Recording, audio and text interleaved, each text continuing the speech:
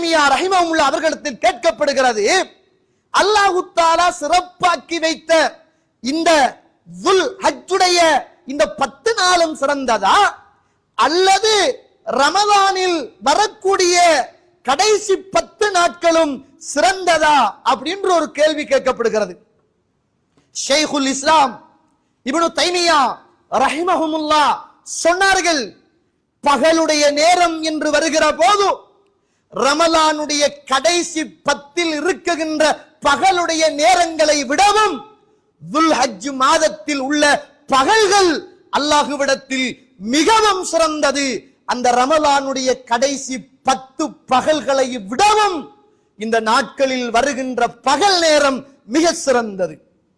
இரவு நேரங்கள் என்று வருகிற போது இந்த துல் ஹஜ் மாதத்தின் இரவு நேரமா அல்லது ரமலானுடைய கடைசி 10 வருகின்ற இரவா என்று கேட்கிற போது அந்த ரமலானுடைய கடைசி 10 நாட்களில் வருகின்ற இரவு நேரங்கள் அது மிக சிறந்தது. காரணம் அதிலே லைலத்துல் கத்ர் இருக்கிறது என்றார்கள். ஆச்சரியமான ஒரு பதில் தானே சகோதரர்களே. பகலுடைய நேரம் என்று வருகிற போது ரமலானுடைய கடைசி 10 வருகின்ற பகல்களை விடவும் துல் ஹஜ் மாதத்தில் வருகின்ற அந்த 10 பகல்களும் மிக சிறந்தது. இரவுகள் என்று வருகிற போது துல் ஹஜ் மாதத்தில் வருகின்ற இரவுகளை விடவும் கடைசி 10 நாட்களில் வருகின்ற ரமலானில் வருகின்ற அந்த 10 இரவுகளும் மிகச் சிறந்தது. அதிலே லைலத்துல் கத்ர் இருப்பதின் ஊடாக என்று ஷைகுல் இஸ்லாம் இமாம் இப்னு தைமியா ரஹிமஹுல்லாஹ் அவர்கள் எனக்கும் உங்களுக்கும் சொல்லித் தருவதை பார்க்கிறோம். அப்படியான ஒரு உணர்வு இருக்குதா தோழர்களே? ரமலானுடைய காலம் வந்தால் பாவத்தை விடுகிறோம். ரமலானுடைய காலங்கள் வந்தால் குர்ஆனை எடுக்கிறோம். ரமலானுடைய காலங்கள் வந்தால் தான தர்மம் கொடுக்கிறோம். ரமலானுடைய காலங்கள் வந்தால் உறவுகளை தேடி போகிறோம். ரமலானுடைய காலங்கள் வந்தால் இபாதத்தில் ஆசை ஆர்வத்தை ஏற்படுத்துகிறோம். ரமலானுடைய காலங்கள் வந்தால் பள்ளி வாசல்களிலே கியாமுல் லைல்களை உருவாக்குகிறோம். ரமலானுடைய காலங்கள் வந்தால் தஹஜ்ஜுடைய நேரத்தில் கண் விழித்து கையேந்தி இறைவனிடத்தில் பிரார்த்தனை செய்கிறோம். சுப்ஹானல்லாஹ், அப்படிப்பட்ட ஒரு சிறப்பான ஒரு மாதமாக 10 நாட்கள் இறைவனினால் சிறப்பித்து சொல்லப்பட்ட, இறைவனினால் சத்தியமிடப்பட்டு சொல்லப்பட்ட அப்படிப்பட்ட இந்த சிறந்த நாட்களில் இப்படிப்பட்ட உணர்வுகளும் இப்படிப்பட்ட இபாதத்து ரீதியான மனமாற்றங்களும் எனக்கும் உங்களுக்கும் வராததன் யதார்த்தம் என்ன தோழர்களே? என்ன காரணம்? இந்த கண்ணியத்தை புரியல, இறைவன் சிறப்பித்து வைத்த இந்த நாட்களின் மகத்துவத்தை அறியல்ல. இது எவ்வளவு பெரிய தியாக வரலாற்றை கொண்டு இந்த சமூகத்துக்கு இந்த ஹஜ்ஜுடைய வணக்கம் மிகப்பெரிய தாக்கத்தை ஏற்படுத்தி இருக்கிறது. நீங்க குர்ஆன படிக்குகின்ற பழக்கம் இருந்தால் அல்லாஹ் தஆலா அல் குர்ஆன் சூரத்து நஹல் 16வது அத்தியாயம் 123வது வசனம் அல்லாஹ் தஆலா அல்லாஹ்வுடைய தூதருக்கு சொல்லுகிற போது சும்மா அவ்ஹைனா, நாம் அவருக்கு வகை அறிவித்தோம். என்ன அறிவித்தோம் தெரியுமா? இத்தபி மில்லத இப்ராஹிம், இப்ராஹிமுடைய மார்க்கத்தை நீங்கள் பின்பற்றுங்கள் அப்படி என்று நாம் வகை அறிவித்தோம் என்றான் அல்லாஹ் தஆலா. இத்தபி மில்லத இப்ராஹிம ஹனீஃபன், அந்த ஹனீஃப் என்று சொல்லுகின்ற ஹனீஃப்ண்டா யார்? ஹனீஃப்ண்டா யார்? ஹனீஃப் என்பது இறைவனுக்கு முழுக்க கட்டுப்பட்டு இணை வைக்காமல் இறைவனை மாத்திரம் நம்பி இந்த உலகத்தில் வாழுகின்ற ஒரு மனிதனுக்கு சொல்வதுதான் ஹனீஃப் என்பது. இந்த மாதத்தில் இந்த காலத்தில் பித்அத் செய்கின்ற, ஷிர்க் செய்கின்ற அந்த மனிதர்களில் இருந்து ஒரு தூய்மையான, ஒரு துப்புரவான மனிதராக இப்ராஹிம் அலைஹிஸ்ஸலாத்து வஸ்ஸலாம் அவருடைய மார்க்கத்தை நீங்கள் பின்பற்றுங்கள் அப்படி என்று அல்லாஹ் குர்ஆன்ல ரசூலுல்லாஹ்வுக்கு அறிவித்தல் கொடுக்கிறான். அல்லாஹ் தஆலா அல் குர்ஆன் சூரத்து நிசா 4வது அத்தியாயம் 59வது வசனம் பாருங்கள். அத்தீஉல்லாஹ வ அத்தீஉர் ரசூல், நீங்கள் அல்லாஹ்வுக்கு கட்டுப்படுங்கள், இன்னும் அல்லாஹ்வுடைய தூதர் எதை மார்க்கமாக கொண்டு தருகிறாரோ அதை நீங்கள் பின்பற்றுங்கள். அங்க ரசூலுல்லாஹ்வுக்கு சொல்லக்குள்ள இத்தபி மில்லத்த இப்ராஹிம், இப்ராஹிமுடைய மார்க்கத்தை நபியே நீங்கள் பின்பற்றுங்க என்றார். இங்க நமக்கு அல்லாஹ் சூரத்து நிசாவுல 59வது வசனத்துல சொல்ற நேரம் அல்லாஹுவையும் இன்னும் அல்லாஹ்வுடைய தூதரையும் நீங்கள் பின்பற்றுங்கள் என்றார் ரசூலுல்லாஹ். அதனாலதான் சொன்னாங்க, நீங்க பாருங்க அபூதாவுதுல 3126வது செய்தி ரசூலுல்லாஹ் சொல்றாங்க, உலிதல் லைலத்தல் லயாலி, இன்று இரவு எனக்கு ஒரு பிள்ளை பிறந்தது, இன்று இரவு எனக்கு ஒரு மகன் பிறந்தார், அந்த மகனுக்கு நான் பெயர் வைத்தேன் இப்ராஹிம் என்று நான் பெயர் வைத்தேன். ஏன் தெரியுமா? எனக்கு இன்று இரவு பிறந்த என் மகனாருக்கு நான் இப்ராஹிம் என்று பெயர் வைக்க காரணம் என்ன தெரியுமா? அந்த இப்ராஹிம் அலைஹிஸ்ஸலாத்துடைய யாவகத்தின் அடிப்படையில் எனக்கு பிறந்த பிள்ளைக்கு நான் இப்ராஹிம் என்று பெயர் வைத்தேன் என்று ரசூலுல்லாஹ் ஸல்லல்லாஹு அலைஹி வஸல்லம் அவர்கள் சொன்னார்கள்.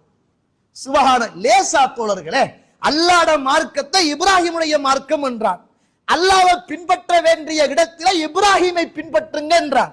இப்ராஹிமுக்கு அல்லாஹு தஆலா ஹனீஃபன் என்று சொல்கிறான். அல்லாஹு தஆலா சூரத்து நஜ்ம் 37வது வசனம் இப்ராஹிம் அலைஹிஸ்ஸலாத்து வஸ்ஸலாம் அவர்களை பற்றி சொல்லுகிற போது அல்லதி வஃபா, அவர் வாக்குறுதியை உடன்படிக்கையை நிறைவேற்றக்கூடிய மனிதர் அப்படி என்று சொல்கிறான். இப்ராஹிம் அலைஹிஸ்ஸலாத்தை பத்தி அல்லாஹு தஆலா சொல்லுகிற போது சத்தத்த ருயா, கனவு கண்டீங்க, அந்த கனவையே உண்மைப்படுத்திட்டீங்க என்றான். இங்க குர்ஆனில சுப்ஹானல்லாஹ், இந்த ஹஜ் என்பது இது சாதாரணமான ஒரு இபாதத் அல்ல. ஒட்டுமொத்த உலகத்தில் உள்ள எல்லா மொழி பேசுகின்ற மக்களும் சிறுக்கு செய்கின்ற, பித்அத்து செய்கின்ற, ஊர்களுக்கு கட்டுப்பட்ட, உலமாக்களுக்கு கட்டுப்பட்ட, தரீக்காக்களுக்கு கட்டுப்பட்ட, இந்த உலகத்திலே உள்ள வழிகேட்டிலே அடங்கி போய் இருக்குகின்ற ஷேகுமார்களை பின்பற்றுகின்ற, ஷேகுமார்களை பின்பற்றாத, ஏகத்துவத்தோடு வாழுகின்ற, அதற்கு எதிராக உலகத்தில் கோஷம் எழுப்புகின்ற அத்துணை பேரும் இஹ்ராம் உடுத்துத்தான் இந்த ஹஜ்ஜுடைய கடமையை செய்யணும். நாங்க இந்த ஜமாத்து, நீங்க அந்த ஜமாத்து, நீங்க இந்த ஊரு, நாங்க அந்த ஊரு, நாங்க அரபி, நீங்க அஜமி, நாங்க உயர்ந்தவன், நீங்க தாழ்ந்தவன், நாங்க அரசன், நீங்க ஆளப்படுபவன் என்று சொல்லுகின்ற கதைக்கே இடம் கிடையாது. யாரும் சொல்ல முடியாது. நீ என்னதான் ஆட்சி செய்தாலும், ஹலிஃபாவாக இருந்தாலும், நீ உடுக்க வேண்டிய உடை, கோட்டு, ஷூட்டு, பெரிய பெரிய ஆடம்பரமான வாகனங்கள் இந்த உலகத்துல ஓடலாம், உடுக்கலாம். ஆனா ஹஜ்ஜுக்கு நீ வார நேரத்துல 8வது நாளில ஏழை எப்படி 2 துணி துண்டை கட்டுகிறானோ அத போலதான் கோடீஸ்வரனும் கட்டணும். எல்லாரும் சொல்லு லப்பைக் அல்லாஹும்ம லப்பைக் சொல்லு, வாயால சொல்லு, கட்டுப்பட்டேன் என்று சொல்லு, இணையில்லை என்று சொல்லு, வந்துட்டேன் என்று சொல்லு, சரணன் அடைந்தேன் என்று சொல்லு. சொல்லித்தான் ஆகும், சொல்லாட்டி இயலாது. அதனாலதான் ரசூலுல்லாஹ் சொல்றாங்க, ரசூலுல்லாஹ்வுடைய காலத்துல ஒரு மனிதர் இஹ்ராத்துடைய உடுப்பை உடுத்துக்கொண்டு அரஃபாவுடைய மைதானத்துல நிற்கிறார். அரஃபாவுடைய மைதானத்துல நிற்கிறார். அந்த நேரத்துல ஃபதகஸத்துஹு, இஹ்ராத்தோடு வாகனத்தில் நிற்கின்ற மனிதர் அந்த வாகனத்திலே இருந்து அப்படியே கீழே விழுகிறார். கீழே விழுந்த போது வாகனம் ஏறி மிரிக்குது. ஏறி மிரிச்ச உடனே அந்த இடத்துல மூத்த போயிட்டார். இப்ப சஹாபாக்கள்லாம் ஜனாசாவை தூக்கிட்டு ரசூலுல்லாஹ்ட்ட ஓடி வாராங்க. அல்லாஹ்வுடைய தூதரே, அரஃபாவுடைய நாள், அரஃபாவுடைய நாள், இந்த நாள்ல இஹ்ராத்தோடு தல்பியாவை சொல்லிக்கொண்டு அரஃபாவுடைய மைதானத்துல நிக்கிற நேரத்துல வாகனம் சறுக்கி கீழே விழுந்து வாகனம் ஏறி மிரித்து மௌத்தாகிட்டார். யார் ரசூலுல்லாஹ், என்ன செய்யண்டாங்க? ரசூலுல்லாஹ் சொன்னாங்க, இக்ஸிலூஹு பிமாஇன் வஸிதரின், அவரை இழந்த இழையை கொண்டும் தண்ணீரை கொண்டும் நீங்கள் குளிப்பாட்டுங்கள்.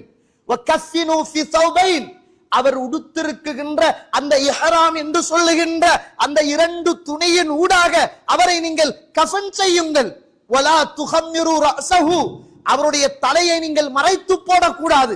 இங்கதான் தொழுகிற நேரத்துல சில இடத்துல பிளாஸ்டிக் தொப்பியை வச்சிருப்பாங்க.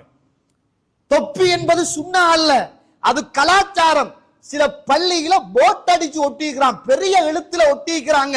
தொப்பியை போட்டுட்டு தொழுங்க, இல்லாட்டி பின்சாப்புக்கு போங்க. ரசூலுல்லாஹ் சொல்லாததை மார்க்கமாக கடமையாக்கி அல்லாஹ்வுடைய மாளிகைக்குள் இந்த நிர்வாகம் போட்டு வச்சிருக்குது. தாடி இல்லாம இமாம் தொழுகிப்பாரு. ஒரு பிளாஸ்டிக் தாடி வச்சிருப்பானா?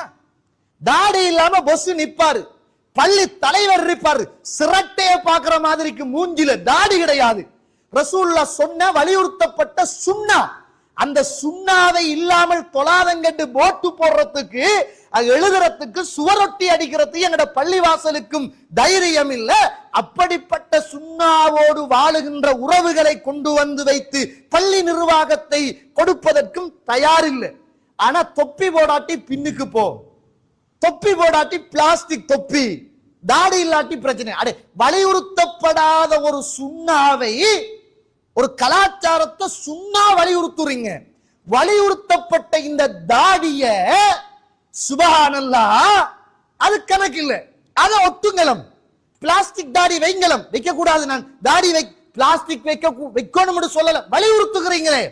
ரசூலுல்லாஹ் சொல்றாங்க, வலா துஹம்மிரு ரஅஸா, அவருடைய தலையை மறைக்காதங்க. வலா துஹன்னிதுஹு, இஹ்ராம் அணிஞ்சு நியத்து வச்சிட்டாருண்டா மனம் பூசக்கூடாது, மனம் பூசப்படாது. ரசூலுல்லாஹ் சொல்றாங்க, வலா துஹம்மிரு ரஅஸஹு, அவருடைய தலையை மறைக்கவும் வேண்டாம்.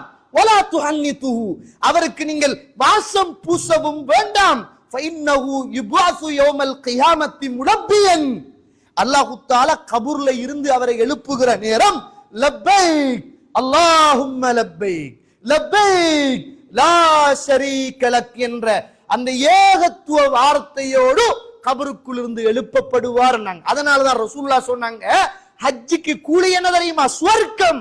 யார் ஒருவன் ஹஜ்ஜை அல்லாஹ்வுடைய தூதர் சொன்ன அடிப்படையில் செய்து அவன் நாடு ஊடு திரும்புகிறானோ, அன்று பிறந்த பாலகனை போல எல்லா பாவங்களும் மன்னிக்கப்பட்ட உன்னத உயர்ந்த மனிதனாக அவன் திரும்பி வருகிறான் என்றாங்க. கண்ணியத்துக்குரிய இஸ்லாம், அது சாதாரண உடையும் அல்ல, அது சாதாரண வார்த்தையும் அல்ல, அது சாதாரண வாழ்க்கையும் அல்ல என்பதை நானும் நீங்களும் மறந்து விடக்கூடாது.